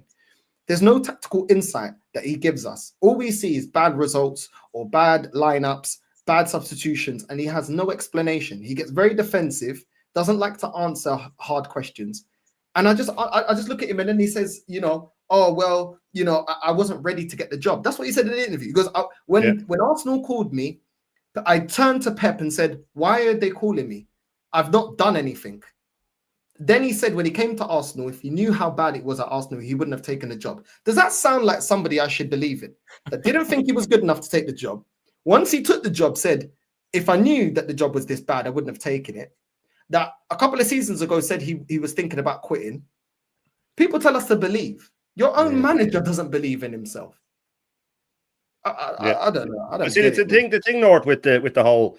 He does it all the time, and he's really putting it into overdrive now. And all of the top gooners and all those media outlets do it as well. They talk about life before him like it was absolute pandemonium. Yeah. Right? And the big thing was all the players were laughing and training. All I'm seeing now is players laughing and training. All over X, people putting it up. Oh, look at the family, right? Players were laughing and training. They paint this image of it being total pandemonium. Right, the club was near relegation. That's another narrative I'm hearing a lot. Emery was going to get us relegated. He was going to get us relegated because they can't hit you with you go, well, he finished 5th and he got to a final. Oh, do you want to go back to finishing 8th? Arteta finished 8th. Then he finished 8th again. You know what I mean? But they twist it, and he does it all the time. He'll stick it in. He did an interview recently where he said, it's great now that big players want to come here now, right? And that we've built this, that big players want to come here now. Bergkamp came here in 95, mate. He was a Ballon d'Or nominee. He came here in 95 and fucking Bruce Rioch was manager. You know what I mean? Alexis Sanchez came here. Ozil came here. It's the narrative he paints, and he's very clever with it. He's very, very clever with it. And the PR helps him. He came out and told that lie in a press conference. We got the most points in the last 3 years combined. We didn't. City did. City were 4 points ahead. Right? But he said it. And nobody questioned him. Nobody corrected him. Tom Canton came out and said, oh, I noticed it later on. Come on, man. I noticed it straight away. I noticed second I heard it, went, that's not right. I thought it was 6 in my head, but I checked it and it took 15 seconds. I just went to the league table last year and clicked back twice. And he was lying. Then you get your man Cotterill, who works for Sky, the guy that gave him the poem and the balloon and all that cringy shit at the start of the season. He did an interview with him after that press conference, and he didn't even quote him on it. He just said it. Mikel, I'm paraphrasing, but it was something like, Mikel has a right to be confident. Arsenal have the most points in the last 3 years. So either he didn't fact check or he's lying for him. He lied about Mosquera's debut. Oh, he made his debut at Anfield. No, he didn't. He played at Leeds. Again, not questioned. Not beaten United in 20 years. I think we beat him 06 or 7 season. There was 4 times. I counted them. There was 4 times we beat them, right? But nobody questions him. The most points in the last 3 years. I get people on X going for me. Oh, you hate him. You're this, you're that. We have the most points in the last 3 years because he says it. They all believe it. I saw a graph that was put up by a major Arsenal channel with managers who have got 89 points or more, right? And they put them next to Pep, Klopp, Wenger, Ferguson, Mourinho, right? All the others have won leagues, by the way. He's the odd one out. He hasn't won a league. And then there's 3 other managers that have done it too. Mancini did it, won a league. Conte got 93, won a league. Kenny Dalglish got 89 points and won a league. But they didn't put them in the graph because if you put them in the graph, then it dilutes it a little bit. Also, they won it very quickly. Dalglish won it 2 years after getting promoted. Conte won it in his first year. You know what I mean? So they don't put that stuff in. And it's all done to protect him. And he knows what he's doing. That's the thing. I saw there's a clip from him doing that Under Armour ad, right? And he's doing a speech on a stage. And he's talking about the 3, I think it's the 3 pillars of success. And he just rambles on for about 2 minutes. It makes no sense. And I'll finish on this. If you've seen those Under Armour ads, either they're winding him up or he's too arrogant to notice. But the whole poster thing is just a picture of him looking all moody. Just be the problem written above him. And I'm like, come on, man. Did you not see be the problem written over your head? Because that's exactly what you are, mate. But you're right with the whole press conference thing. He knows what he's doing. And he paints that picture of Arsenal being in absolute turmoil before he came. Yes, things weren't great, but we were winning FA Cups. Yes, things weren't great, but we were playing good football. And when you have people saying, I'd rather go 4 years of competing, because this competing thing is really doing my head in now. Competing for what? If you don't win anything, you're not, after a while, you're not competing anymore. You're just watching other teams get over the line. But they say, oh, well, would you rather go back to Wenger's last year's to win 3 FA Cups in 5 years? Yeah, I would. I would rather go back to that because, yeah, we were finishing 5th and 6th and stuff like that. But we were playing good football and we were winning cups. And at the end of the day, that's what it's all about. If I could get a happy medium, I would. But don't let them trick you, man. And it's very clever what he does. He says that stuff all the time. We can get big players now. And it's just, if you're vigilant, you can see what he's doing. But unfortunately, a lot of people have fallen for it. And that's why he gets such backing. No, it's true, man. Even Newcastle, like, I don't know if you guys saw the Newcastle-Barcelona game yesterday. They were matching Barcelona. They were unlucky with the finishing, but they got Gordon up front. Look how many opportunities they made. Look at how they took it to Barcelona. They matched them in that first half. Second half, yeah, they kind of fell off 50th, 60th minute when Rashford obviously got the header, then he got the rocket. But bro, they were matching him and they were going for the game. And as soon as they got the equalizer, well, not the equalizer, they got a goal in the game and it went 2-1 up. They went for the game. They went for the kill. Do you know what I mean? Look at their lineup. Look at their players. Look at the money look at the restraints they got. How are they matching Barcelona? How are Newcastle matching Barcelona? And they beat Liverpool with 10 men or 2-0 down. In the way that they're playing, bro. They were playing well. Look at the way they had that midfield. Did they play 3 DMs? Did they play 3 DMs? And yet they kept Firmino quiet. They didn't need to play 3 DMs to do that. Do you know what I'm saying? Like of course, the finishing leaves a lot to be desired. We understand that with Newcastle. It's Newcastle. Do you know what I mean? Yeah. And they lost Isak. If they had Isak in that game, they may have won that game. Claire Balding's not a finisher. Do you know what I mean? And this is the thing. Look at their back line. Is their back line the best in Europe? And how come they're going at it against Barcelona? Some people tip Barcelona to win the Champions League. They're going toe to toe. So, and a lot of people look at Eddie Howe and say, "Oh, he's a pragmatic manager. He's a pragmatic manager." But how is he able to spring counterattacks? How's Glasner got Palace playing the way that they're playing? Why is it that there's other managers that can blend in defensive football and have a way of actually counterattacking and attacking as a team and creating opportunities, but we struggle and we spend more money than these managers? I don't know, Dan. Let me know because I don't understand it, bro. It's hard, man, because it's so hard because you feel like you say the same things over and over, don't we? And no one seems to listen. And what I keep saying is maybe it is us. Maybe we're the deluded ones, man. Maybe we're the ones that are in the minority because the amount of abuse that we get when we try and suggest something that could be right for the better of the club. It's like we've just asked someone to sleep with their missus or something. It's just like unbelievable the amount of abuse you receive for like just daring to say something that might better the club, man. It's a madness. I've seen the fan base, and I'm not going to say the fan base because we always say the fan base. That's harsh. That we're part of the fan base. It's a section of the fan base that are completely deluded and in love with the idea that Mikel Arteta can be the guy that wins something for us. And we all hope that he does that, right? They're so in love with it having to be him. I couldn't give a damn if it was Jack Hobbs, Pep Guardiola, or Arsene Wenger, mate. I seriously couldn't give a damn who wins the damn trophy with us, right? It would be great if it was an ideal world and we had a manager that played pretty football that we all loved and we smoked teams every week. It don't work like that. Unrealistic. Pep and Sir Alex Ferguson are the only two that really did that and dominated, right? The others always got a little bit down with it. But I've got to be honest, man. I think that the question now of who you're going to get is now stopped. Not many people are asking that anymore because I think they've realized there's managers out there. When Glasner started winning, when Eddie Howe's now won a trophy, when you've got the likes of Ange and Ten Hag that have been sacked after getting across the line, and Maresca now has got across the line. I think they've now realized, hang on a minute, they didn't need phases and processes and projects. They didn't need a youth project or a youth system or 5 years. They just went and won a trophy with what they've got pretty much in phase 1 or 2, right? I think when now you put a list together and start using the names Luis Enrique, Zinedine Zidane, Hansi Flick, Carlo Ancelotti, even Simeone, Allegri, Conte, those kind of managers that have all been there and done it, people start thinking, yeah, maybe we've got a win now team that's ready to win now. We need a win now manager. I need this guy to win something or go. It's quite simple. It's black and white for me. If he doesn't win anything, he's got to get out of here. And if he does get across the line, then fair play. He gets to keep his job. I don't think we're at any more excuses. There's no more. He needs more stuff on the bench. He needs to be allowed to buy an attack. He needs no more injury problems. We need the referees to be on side. I'm not hearing any of that crap this season for me. You either win something or get out. And if you can't win the Prem, then you go and win the Champions League or one of the others. Otherwise, you need to get out. It really is that simple for me now, bruv. I don't know why anyone's going to give any more excuses. And we will see it, lads. There will be the goalpost changing. It will be something insignificant to us that's massively significant to the section of the fan base that love him to say, oh, well, yeah, that happened. Don't forget that. It's very, very hard for him now to win something after that happened. It's something. It will be something crazy like it was last year. Slot inherited the winning side. Why did you not put Liverpool ahead of Arsenal then?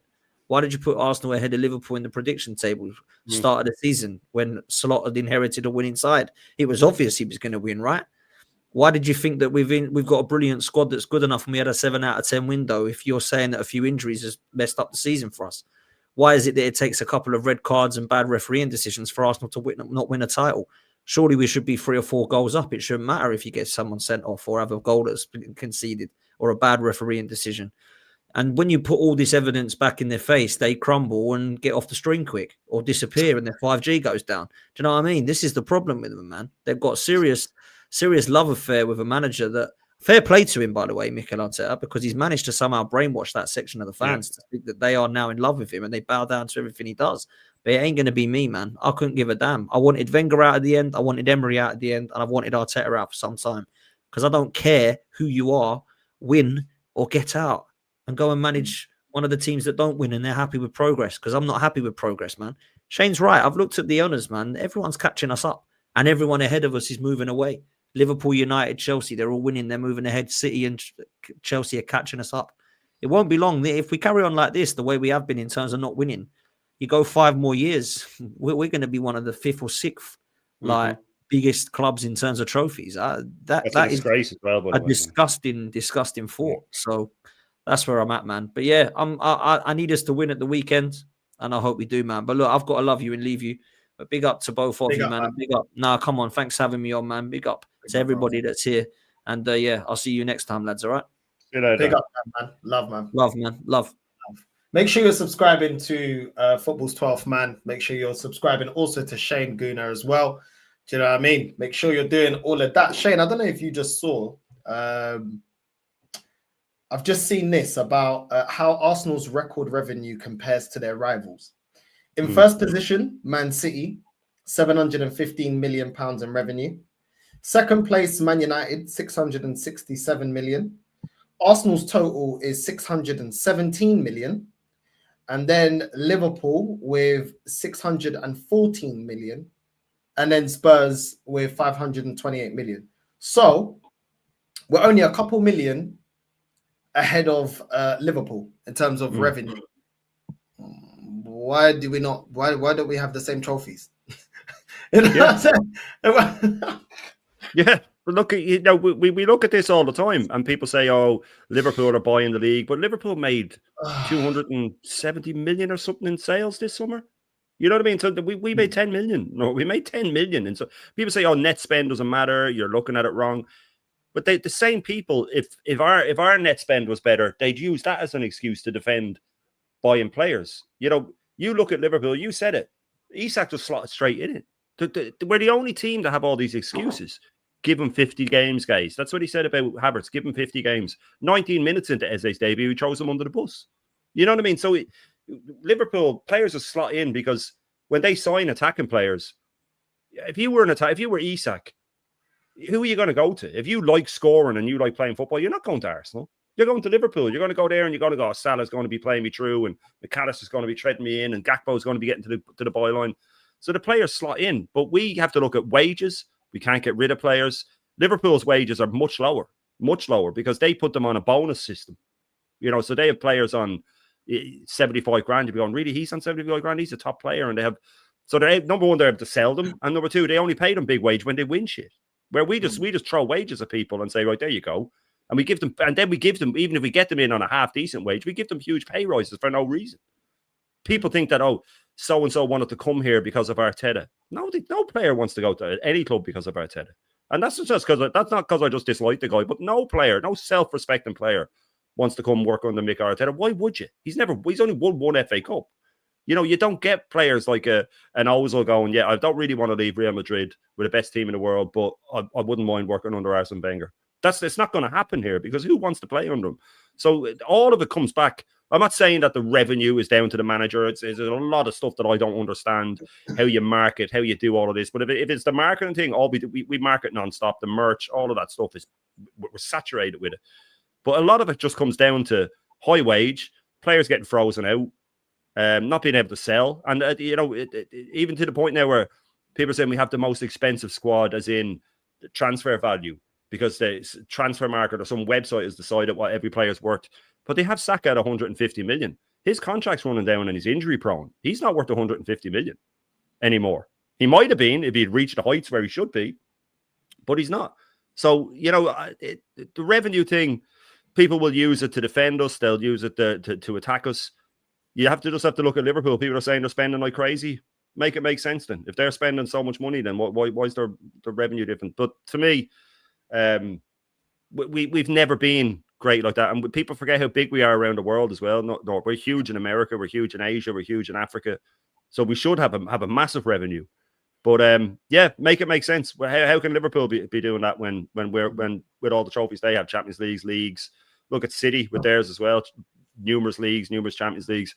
United's the only one that you'd look at. But even if you look at them the last 5 years, they've won a couple of cups as well. So look, money doesn't buy success. People will claim it does when Chelsea or Liverpool or City win, but we spent a bucket load and had absolutely no success. So, exactly. I think there's a big section of this fan base that some of them are just too young to understand how valuable time is. And I think that's why they say this, give it time, give it time. You can say give it time when you're in your 20s. When you start getting to your 30s, all of a sudden you start looking at time, you start seeing the value of time. You start seeing that you don't have as much time. You start seeing that things in life happen to show you that not everyone's even given equal time, not even because of an age. Anything can happen in life. You know what I mean? People that whatever. This is why we say do everything to win now. Tomorrow's not promised.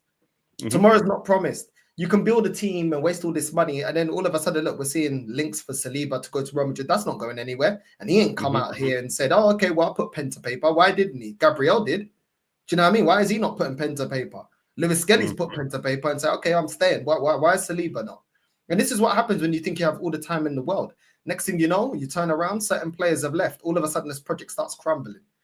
They start crumbling. I know people start saying, oh, well, we've got Mascara. We don't know how good this guy is on a consistent basis. We don't know. There's been loads of players at this club that have now left that could give you one or two decent performances. And on a consistent basis, they let you down. So we don't know yet if he's good enough. Do you know what I mean? And this is the thing. Like, I think some people, not because of their fault, they just think time is forever. They're always going to have loads of time. You're not going to have loads of, especially in football. We've messed around. Yeah, we could have actually won the league in the last 3 years. We've messed around to then turn around and see Chelsea. Chelsea are now knocking on the door, trying to knock on the door to get involved. You know what I mean? And we've wasted time loads of times. It was us against City, then it was us against, now it's us against Liverpool. You know what I mean? Those clubs ain't gonna rest on their laurels. Man City ain't gonna rest on their laurels. They got Reinders. You know what I mean? They got Haaland there. They got Doku. They got flipping Savio. They got other players coming in. They got Cherky. They're not gonna rest on their laurels. The club that rests on their laurels, Arsenal Football Club, are the ones that never get ahead and win major honours. We always, we got time. And every time we have an opportunity to actually win, we don't. The City against the season against Leicester, you know what I'm saying? We should have won. There was no excuse. But the same people that told us give it time, well, guess what? That was a Premier League trophy that we could have won in the last couple of years. That was our best opportunity. Everybody was weak. Chelsea, Man City, Liverpool, everybody was weak. Yeah. And what did we do? Did we capitalize on that? So as older fans, we look at it and go, well, we've been here before. Why are we not getting over the line? Because people keep telling us, give it time, give it time, give it time. We miss opportunities to win. 8 points clear, missed opportunity. Go in January. Should have thrown everything at it. Should have thrown everything at it to get the players that we needed. But we didn't. And then we gamble. That's what we do here at Arsenal. We gamble. We gamble. If we gamble with contracts, we gamble that players are going to be loyal. We gamble that a manager is going to get over the line after not winning. We gamble that, it's only going to be Arsenal and Liverpool now, from now on. Everybody else is rubbish. Chelsea, they're rubbish. They drew to Brentford. They're rubbish. You know what I'm saying? They ain't going to do nothing. They lost to Bayern Munich. They'll stay crap. Nah. We rest on our laurels. And this is the difference between this football club and elite football clubs. They don't rest on their laurels. Benfica showing more ambition than Arsenal. Imagine you might say you don't care about the Portuguese league. They got a more decorated manager than Arsenal. Do you know what I mean? Yeah. Who's better, Arteta or Mourinho? And if you're telling me based on what is this guy better? Because Mourinho can go in the Conference League and win it. Arteta goes in the Europa League and can't even get us to a final, let alone the Champions League. So who's better? Do you know what I'm saying? Who's better based on what? But this is the same fan base who will tell me that because they're the same ones that told us Ancelotti was washed. We don't like Inzaghi. We don't like Simeone. We don't like all the managers that have achieved things that this manager's never achieved. That he's the solution. Yeah. I don't get it, man. I don't get it. That's where I don't get the belief that he's going to get us over the line. Where does it come from when he's failed every single time, apart from that FA Cup, when he still had players in his team that would take the game by the scruff of the neck, i.e. Aubameyang, who will say, well, I'm going to get us through the semis. I'm going to get us through the final. Because I'd put any money that if the same Arteta now went back in time to manage that FA Cup run, he'd blow it. Because he was wet behind the ears then. He'd let the players go out and play a bit more. He'd tighten up the defence. And there's a big difference. You made a point earlier about you can still have a good defence. But the art of having a good defence and playing well is trusting them with like one DM in front of them. Like you said, let Eze and the other 5 attacking players go do what they can do. You know, Arsenal, I think in the 2002 season, I think we only let in 17 or 18 goals. Or it was quite low. It was quite a low number. But we scored a rake of goals. If you have defenders like that, you know, you don't need to play 2 banks of 4 every time the other team has the ball. You don't need both your strikers back, tracking back and having everybody behind the ball. Because what was it, 2 years ago, I think Everton were 1 clean sheet away from equaling David Raya for the Golden Glove. They nearly went down. You know, if you play that defensively, you'll keep clean sheets. So it takes the shine off the defender. The defenders can look a lot better when you have 3 defensive midfielders in front of you and nobody's taking any risks. You look at Liverpool and Van Dijk. How many times has he been left on his own 2-on-1 and he somehow managed? He did it against us one time where he managed to jockey. I think it was Martinelli, and we missed the chance. I'm not saying that's a good thing, but you have to trust your defenders that they'll get over the line. And Liverpool's defence will tighten up, by the way. You know, you look at Frimpong, he's only after coming back into the team. Kirkes is still young. He's getting used to it. You know, Kanate's head might have been turned. But when they get McAllister fit and they get Isak slotted in and they get Salah firing, they've already won all their games without this. So, like you said, we're letting chances slip all the time. It'll come right. Life doesn't work that way. I don't believe in luck, right? Because there's no such thing. So we can't just depend on them slipping up or depend on after 1.3 billion or 1.2 billion, whatever it is, and 6 years where he's been given total free reign. I shouldn't be going into a season saying Liverpool are favourites. I should be going in going, we're favourites. And if we don't win it, then we've slipped up. But we're not. We're going in going, oh, well, we need Liverpool to slip up. We need City not to find a way back. We need Chelsea to get distracted by the Champions League. And that's not good enough for me, because people will talk about, oh, we only let in 1 goal and it wasn't even in open play. So what? You know what I mean? We only had 2 shots on target against United. We only had 1 shot on target against Liverpool. Before the goal against Bilbao, we only had 1 shot on target. You cannot. They're talking about Liverpool living on a prayer. We're living on a prayer. We're the ones going in for draws and scraping wins. Liverpool aren't living on a prayer. Oh, late goals, late goals. If you get 4 or 5 late winners in a row, that's not luck. That's a pattern. That's something that you have done. You keep trying. Oh, they got lucky against Burnley. I think they had 23 shots or something like that. That's not lucky. They just got the just desert. They got the just rewards because they kept attacking. So we're the ones that are sort of playing it by ear for me, because we're going into games. They were lucky, Shane, against Burnley. But did you hear them have that same energy when we beat Man United and we were the inferior team? No. Of course, that was brilliant. Smash and grab. Smash and grab. It was smash and grab what we did. That's what big teams do. They smash and grab. But that was a blatant penalty, by the way. It was a blatant penalty. Beat us with a free kick, a moment of magic. What about our moment of magic? Exactly. To beat Man United, not a moment of magic. Now it's always different when it's us. When it's of course us, it is. Of it's course special. it is. It's winners. It's this. When other teams do it, Liverpool moment of magic. Liverpool against Burnley, they were lucky. Bro, we've been doing this 1-0 bullshit. We've been doing it, and they were for it. Oh, we got the best defense though. So this is what I hate. They always have to twist it. Their standard doesn't fit. It only fits the narrative for Arsenal. Everybody else is a different thing. Even like the refereeing, the refereeing decisions. Oh man, bro. Do you know what I'm saying? Chelsea versus Fulham. Josh King had a goal disallowed that shouldn't have been allowed. Never. Do you know what I'm saying? Man United got a penalty against Burnley that wasn't a penalty. Do you know what I'm saying? It was a free kick. Will they talk about this? I bet you they won't. They don't keep tabs on that. They just wait for the moment that something goes against Arsenal. They're against us. Everyone's against us. Even the free kick, that Eze's free kick for Crystal Palace against Chelsea, disallowed. That was a good goal. Why was that disallowed? They don't say nothing. What about Odegaard's handball at Anfield a couple of years ago? They should have had a penalty. They would have beaten us. The Arsenal fans don't go on about that. Now they're talking about the ref that we have. Is the last time we had him was the Newcastle game when Arteta said a disgrace. And then I put up on X and said, well, tell me a ref that you actually want then. Because you've blacklisted them all. At some point or another, every ref is against us. Why would anybody have a conspiracy against Arsenal North? We're not that big. You know what I mean? According to these guys, we're a mid-table team that are lucky to be competing. So why would anybody be against us? It's an absolute load of bollocks. And if you're making excuses like that, you're a loser. That's what you are. You're a loser. If you have to go making excuses beforehand. Like I used to be the captain of a pool team, right? And if we were coming back and we had lost them, you all play different matches. You pick who plays who and all that sort of stuff. If we were in the car coming back and one of the lads said, oh, man, I was so unlucky in that frame. You go, well, no, you weren't. And he goes, oh, but your man went to pot the black and he jangled it and it went into your other pocket. I said, yeah, but you missed the shot before that. So he wouldn't, if you had done what you were meant to do, he wouldn't have got to the table. So there's no such thing as luck. Stop making excuses. And we have excuses ready-made now. We're going into games and the ref is, oh, this ref's against us. Look at this decision. Look at that decision. Look at the way he ripped us off before. I mean, come on, man. We've gotten away with murder in certain games. It evens itself out. And just to be making excuses already, it's just pathetic, really. But you expect nothing less when he's going. I had one of them say to me the other day, Liverpool can't keep getting away with this, winning games with set pieces. Another team, an Arsenal fan, saying someone else is winning by set pieces. That's all we're doing. We're only scoring set pieces, or the corners or penalties.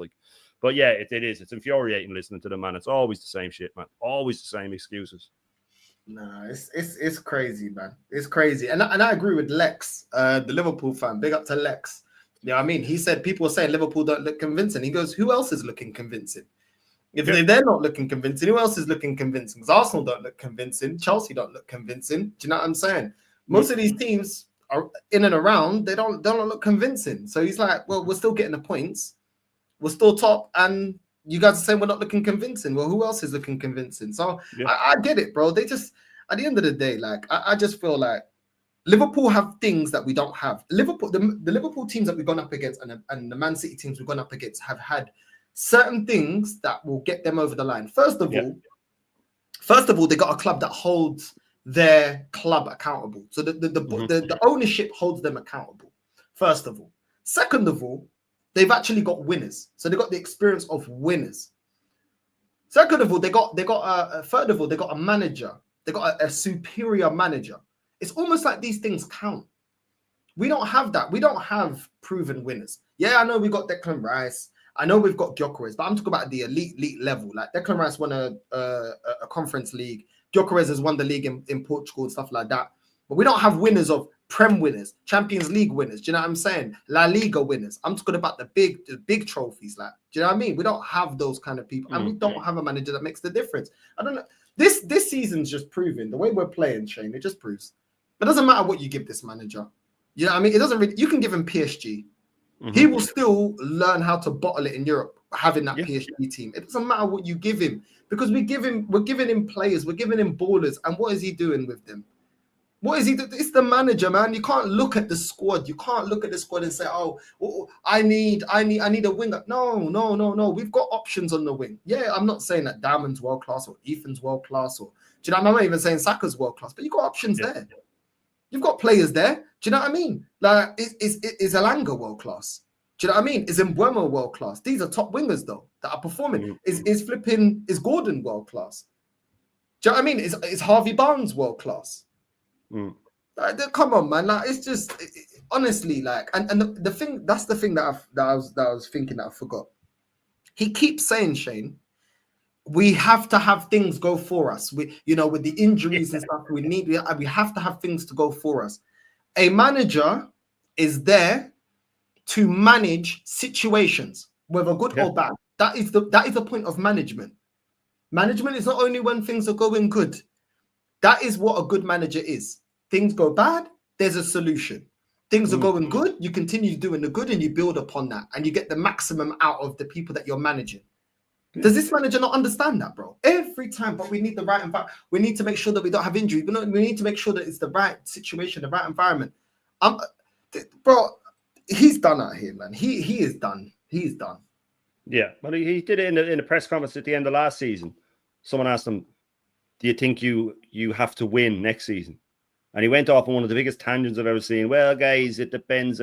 You can get injuries, guys. The player might have personal problems, guys. And and he went off on this list of about 15 things that can go wrong. And then he says, if all those things go well, we'll do our best. Really? So after all that, you'll still only do your best. After naming off everything that can go wrong, you'll do your best. It's unbelievable, man. And everything, like you said, this is what all the other these top gunner channels do as well. I always say that they childproof for him. You know, when you go to like a ball pit or something like that, and they have all the padding everywhere. So they make sure that everything. So if he falls, there's protection. Oh well, what if we get injuries? What if we get suspensions? What if do no other teams get injuries? And the things that they use to defend him, injuries, red cards, all these things, he causes them. Most of the injuries are his fault. Rushing players back, playing Saka against Preston. Overloading the minutes, making them track back all the time, the red cards. Oh, guys, whenever you can, kick the ball away, waste time, slow it down, do this, do that. You caused all these things because you're making them go out and cheat. And sometimes when you cheat, you get caught. When you're wasting time, you get booked. When you're kicking the ball away, you get booked. So all the things they use to defend him, he's at the crux of most of it. It's his fault. I look at fair enough. People say Odegaard fell on his shoulder. Okay, I get it. But then when he fell on his shoulder the second time, it's because it wasn't fully healed that he had to go off. That's why, because that wasn't that bad a fall, the second one. He would have been fine. But if you've had a bad bone bruise or fractured your finger or something like that, if you smack it off a table within the 4 months or whatever it takes to fully heal, it's going to hurt a lot more. So he's rushing players back all the time. And he openly admits it. Ben White, I've said this for time. He's never going to be right again. He's never going to be right again because this lad played him for 3 months when he needed knee surgery. And you can't be right ever again. He never takes responsibility for it. That's why he's making these excuses in press conference or every interview, like you said. Oh, guys, it's all about the feelings and it's all about the emotions and the journey. And when has the journey ever been the best part? When has the journey ever been? The journey's always the worst part, man. I've never been sitting by a pool in Spain going, my missus comes up, what's wrong with you? You look miserable. Oh, man, I just can't wait to run the plane again. You know what I mean? It doesn't happen. The journey, guys, the feelings, guys, the family, guys. He's putting out the team photo with the fucking dog and all in it. I mean, give it a rest, like.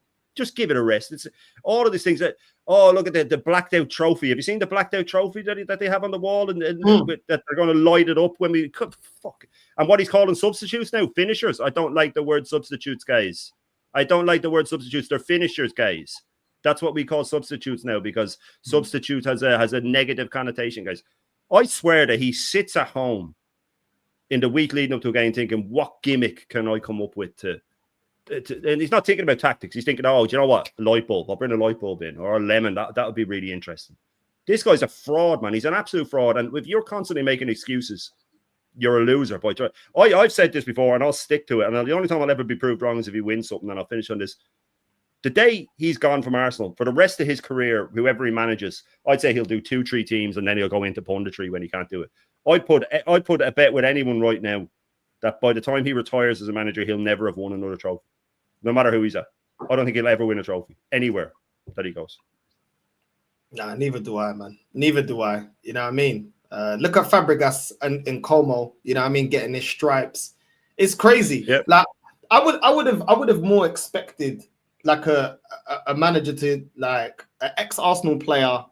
Like, I'm not saying they're good managers, like Thierry Henry or Sol Campbell or even Fabregas to be getting this kind of backing. Then then we could at least logically and say, do you know what? I don't think they're looking at the management. They're looking at the status of what this player meant to Arsenal Football Club and being a legend. Then I could kind of understand that with Wenger. Yeah, let's be honest, Shane. Yeah, we understood the viewpoint of people that wanted to keep Wenger because it was that attachment due to what he done for the club. I get it.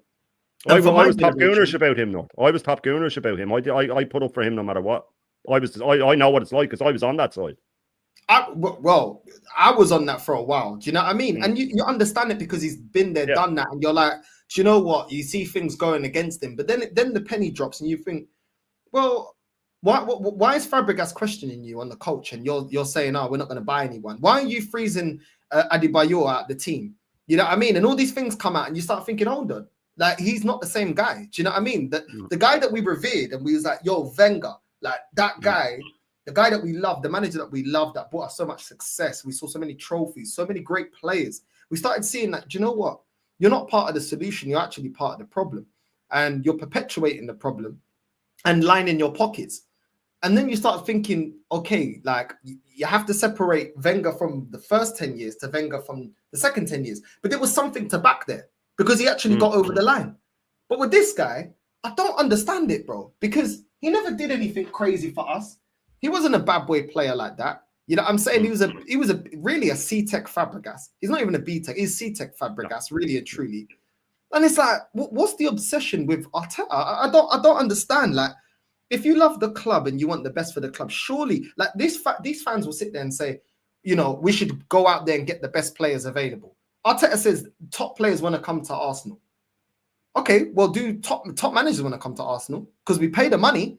It's not like we ain't going to compensate them well. You're the fourth highest manager in world football. So what? A top manager is going to turn that down to come to Arsenal to get Premier League money, to be on massive wages. Do you know what I mean? With a squad right now, let's be fair to Arteta. I'll give him at least this much grace. You've made the team competitive. And you've put us in a very good position. Now we need to kick on. A top manager wouldn't want to take over. A top manager wouldn't say, okay, well, do you know what? We've got Eze there, we've got Gokares, we've got Saka. Do you know what I mean? We've got Diamond coming through, we've got Eze, we've got flipping, do you know what I mean? Max Diamond. We've got so many players around there. Oh, cool. I'll take that over. Over. How much are you giving me in the summer? I'll take that over, no problem. Come on, bro. Yeah, bro, he ain't even a C-Tech. I try to, well, let's just, you know what I mean? He's what he tried to be kind. He tried to be kind. Come on. he was a dog shit player, and the team reflects the way he was. Overly cautious, cowardly, you know, all talk, all bark, no bite. But can you imagine, North? Can you imagine we got, let's just say we'll go with DJB's dream as Zidane walked in. Now, can you imagine us seeing him on the sideline? Can you imagine what it would do for the players if he came in and said, right, we're not doing that overly defensive shit anymore. Listen, Ethan, you're going to play a lot more. Go out there, express yourself. You know, Saka, stop tracking back so much when you need to do, but I want you using your... The whole mood would change. And if the top gooners want to cry about it, so what, they can go with him for all I care, because, you know, I'm going to take a lot of enjoyment of following this guy's career when he's gone, because I am at the point now where it's almost personal. Now, look, people would think, oh, you want Arsenal to lose. If anyone thinks that about a proper fan, they're in dreamland. It's impossible to want your team to lose. It's not possible to want your team to lose. You can go in, you can despise the manager. And I always tell these people, the worst place in the world to be in, and everybody's been there at some stage with their club, whoever they support, where you hate the manager, but you love your club. It's an awful place to be in. People think that, oh yeah, you get off on it, negativity, this and that. Trust me, mate, you want to see me in 22, 23, or you want to see me in the Wenger years, I was insufferable. I never shut up about how great Arsenal were, how great everything was. I was insufferable. But right now, this is the thing that the Egals now can't get when they say, oh, what do you mean it's the least hope you've had? Because I have no faith in the manager whatsoever. So I have zero hope for winning things. I do not think he can get over the line. So I have no hope. Like you said, you can give him any team you want. He'll find a way to mess it up. That's why I called him Sid from Toy Story. Remember the first Toy Story, the kid that just takes all the toys apart? the brat next door. You can give him an Eze who's a brand new spanking toy, and I'll take the arm off and I'll take the leg off, and then I'll stick a leg off this onto it, and I'll make this, and I'll just turn it into a Frankenstein of a. Why is Eze hugging a touchline? Let him play in the 10. We all know why he won't play him in the 10, but these guys won't. They can't comprehend that. Well, if he plays him in the 10 and he balls out, then he has to drop Odegaard. Oh, well, he wouldn't care about that. He wouldn't care about that. He did that. The last press conference says, oh, guys, when I drop these players, it hurts me, guys. It hurts me when I drop them. And then at the very end of the press conference, they asked, so how's Victor Gyökeres and Marino? Both had their heads split open. Oh, I think they're okay. So he didn't even know, right? He's gone on, oh, it hurts me when I drop them. I care about these guys. And how are the two lads that split their head open? I think they're okay. So you didn't even check. Like, you know what I mean? So, yeah, no, look, that point that you make, I do often use that as well. Me and TJB have said it. You give him prime Messi, prime Ronaldo, doesn't matter. He'd find a way to destroy them. You look at Shane, you look at some of the players here at the top clubs. Bro, Real Madrid fans were clowning Mbappe. They're clowning Mbappe. Yeah. Through that period, he wasn't scoring goals. They're like, Mbappe, no, get him off. They're looking at Rodrigo saying we need more goals. They're looking at Vinny saying, oh, Vinny's falling off. These players a lot of these players have won things with them. They've won major honors with them, and they're criticizing them. Do you know what I mean? Bayern Munich. I saw Zir, he's a Bayern Munich fan. He jumps on sometimes. He was criticizing Harry Kane. He was like, yo, he ain't doing enough. Yeah. Okay, cool. He hasn't got all the trophies to show for his talent, but we know the talent of Harry Kane. He's like, why is he dropping in too deep? Why is he not being in the dangerous areas? Why are we crossing in the ball and he's not in the box? Do you know what I mean? Criticizing him, criticizing Gnabry. North. I don't know if Gnabry's good enough anymore. Yeah, we're thinking about leaving him. Do you know what I mean? We're thinking about selling him. I don't think he's good. Sane. We're thinking about moving on Sane. He hasn't been good enough. Criticizing these players, bro. Even players that have won things for them. Barcelona fans criticizing Lewandowski when he first got there. Yeah, I mean, until Hansi Flick started getting a tune out of him. Rafinha that they bought, that we lost out to. Do you know what I mean? All of a sudden, Rafinha was getting cussed. Hansi Flick goes in there. All of a sudden, he turns into a different player, a player that's up for Ballon d'Or. You know what I mean? Like, this is what happens. Top teams, you criticize these players. Even like when they faced Newcastle, they had Lamine Yamal out. I didn't hear no Barcelona fan, and big up to Omar. I didn't hear none of them saying, well, I don't know if we can win. You know, Yamal's out. They're like, nah. Rashford, step up. That's what they said. Rashford, step up. Prove to us why we should make it a permanent signing. That's it. Criticizing players. They even said Rafinha had a poor game against Newcastle. Like, it's only here where you're not allowed to say anything. You can't criticize the manager. You can't criticize this. You can't criticize that. Bro, I've never seen anything like Arsenal Football Club, man. You're not allowed to say anything. All you got to do is praise everything. At the end of the day, the fans that feel differently to us, they gas everything up. Like you mentioned, the value of the team. Look at the value of the team. We've got one of the most expensive teams in the world. Okay, but when Man City spend money or Liverpool spend money, you have the expectation that they must win because you always point back to look how much money they spend. So if our team's so highly valued, then surely we should have these standards. Because they make it seem for everybody else, Chelsea spend money, where's the trophies? City spend money, where's the trophies? Liverpool spend money, where are the trophies? Do you know what I'm saying? But when it's us, nah. You know, well, I know the team is expensive, but you got to understand, you got to look at the bench, this and that, you know, we didn't have certain players for certain games. Why is it different? Why is it different? We spend the money, so why can't we have the expectation? Do you know what I mean? It's not like we support with all due respect. Look at the two teams that won the cups.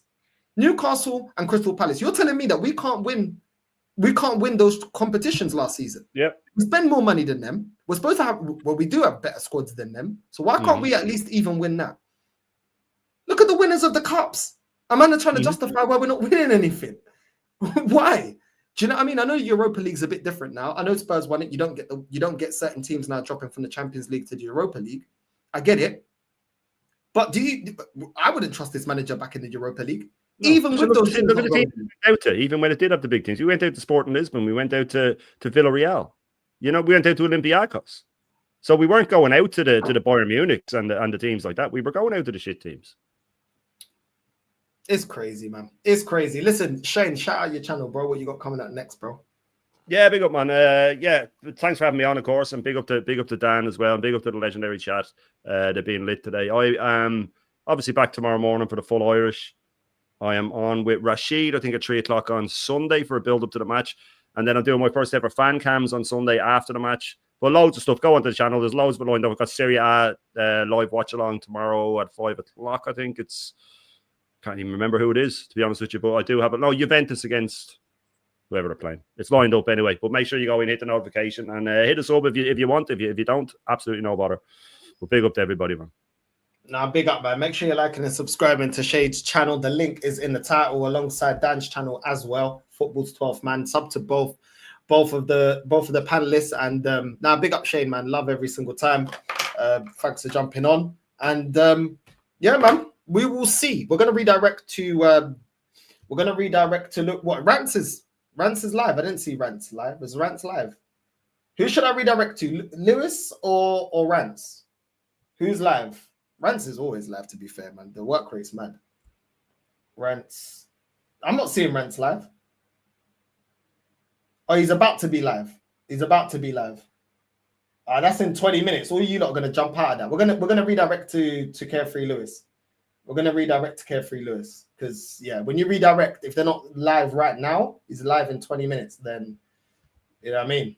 Everyone would just jump off the show. So big up to everyone that's locked in. We're going to redirect to Carefree Lewis. Northside Raid on the way in, and we're out. Love.